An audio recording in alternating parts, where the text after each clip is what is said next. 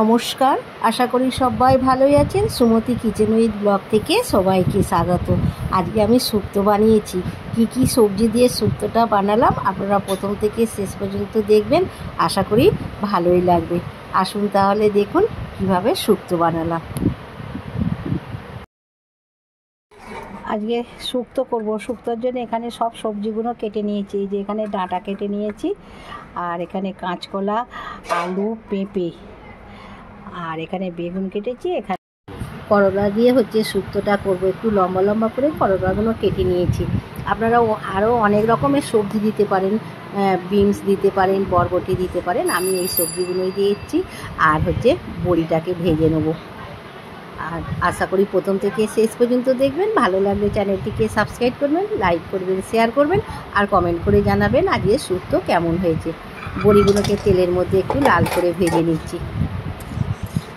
সমস্ত সবজিগুলোকে ধুয়ে রেখে দিয়েছি। বড়িটা ভেজে তুলে নিয়েছি। আর কাঁচকলাটাকে একটু ভেজে নিচ্ছি। শুক্তোতে সাধারণত হলুদ দেয়নি, কাঁচকলাটাকে একটু হলুদ দিয়ে ভেজে নিচ্ছি, নাহলে একটু কালো কালো লাগবে। সঙ্গে পেঁপেটাকেও ভেজে নিচ্ছি, কাঁচকলা আর পেঁপে। শুক্তোকে একটু ভেজে রান্না করলে শুক্তোর টেস্ট হয়। আর অল্প অল্প সব সবজি দিয়েছি, অনেক রকমের সবজি তো অল্প অল্প দিতে দিতেই অনেকটাই হয়ে যাবে। আপনারা এতে গাজরও দিতে পারেন। ভাজা হয়ে গেছে, তুলে নিচ্ছি। বেগুনটাকে ভেজে নিচ্ছে একটু হলুদ দিয়ে।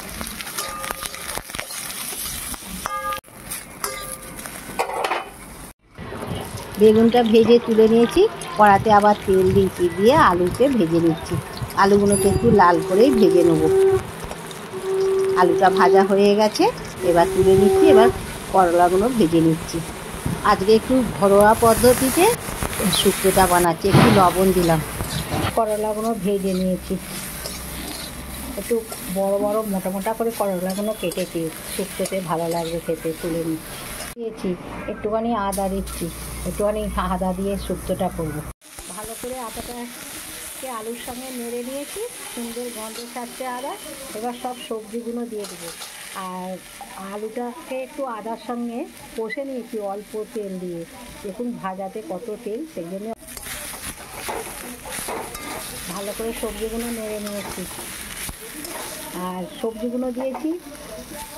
সবজিগুলো ভেজে নিয়েছিলাম, অনেকটা একটু তেল টেনে নিয়েছে। সেই জন্যে আদাটাকে যখন কষছিলাম খুব একটা তেল দিইনি, সামান্য অল্প একটুখানি আদাতে তেল দিয়ে আলুর সঙ্গে নেড়ে নিয়েছি। আর এই দেখুন এখন ওই যে সবজি ভাজা তেল আছে, এতে জল ঢেলে দিলাম। এইটা ধুয়েই জল ঢেলে দিচ্ছি। স্বাদ মতো লবণ দিচ্ছি। অল্প জল দিয়েছি, বেশি জল দেবো না। বেশি জল দিলে দুধ দেবো তো, সাথে অনেকটাই ঝোল হয়ে যাবে। সেই জন্যে সবজিগুলো সেদ্ধ হওয়ার মতন জল দিলাম, পরে দুধটা দেবো। এবার ঢাকা দিয়ে দিচ্ছি সেদ্ধ করে। একটু খুলছি কতটা সেদ্ধ হয়েছে দেখছি।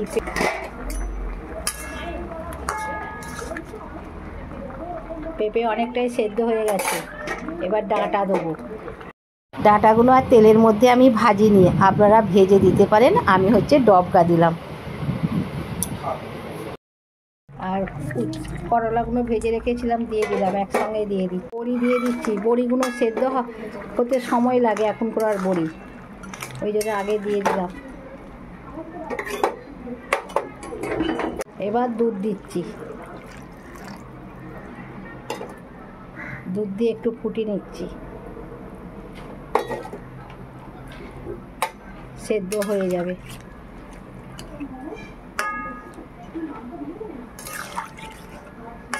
হলুদ দেবো না, শুক্তোতে হলুদ ঢাকা দেবো না, ছানা কেটে যেতে পারে দুধটা।